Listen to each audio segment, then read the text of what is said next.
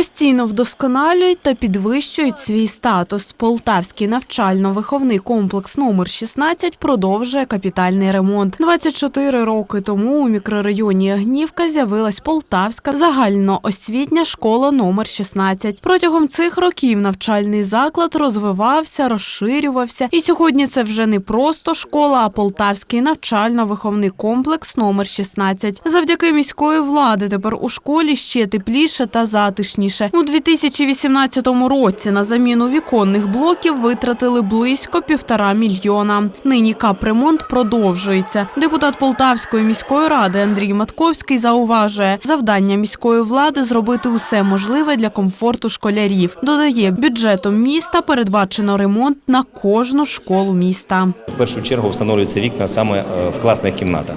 І наступним кроком буде спортивна зала. Наше завдання дійсно за це декілька років привести наші школи до європейського рівня, щоб нашим дітям було зручно, щоб нашим дітям було дуже комфортно, щоб у нас були новенькі парти, щоб у нас було гарне обладнання, гарні книжки. Кожна школа сьогодні, я можу сказати, бюджетом передбачена сума десь від 1 мільйона до 1,5 мільйона, в залежності від розмірів наших школ.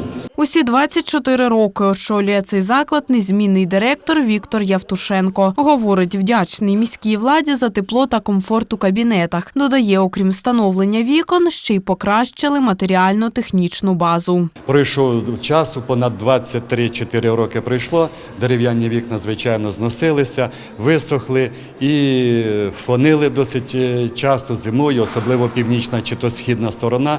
Було дуже холодно. Своїми силами, з батьками намагалися прикрити ці сквозняки, протяги, щоб було все-таки тепло, затишно в навчальних кабінетах.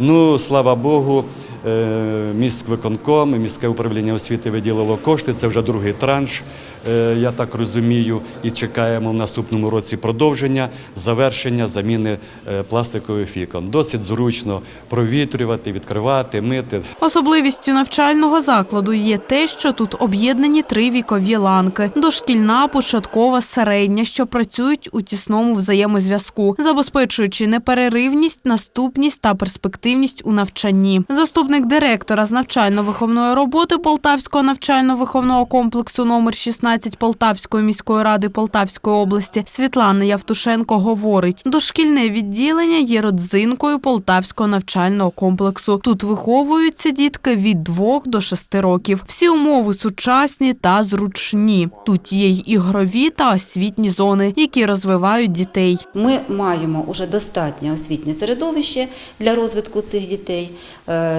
як екологічне, так і пізнавальне.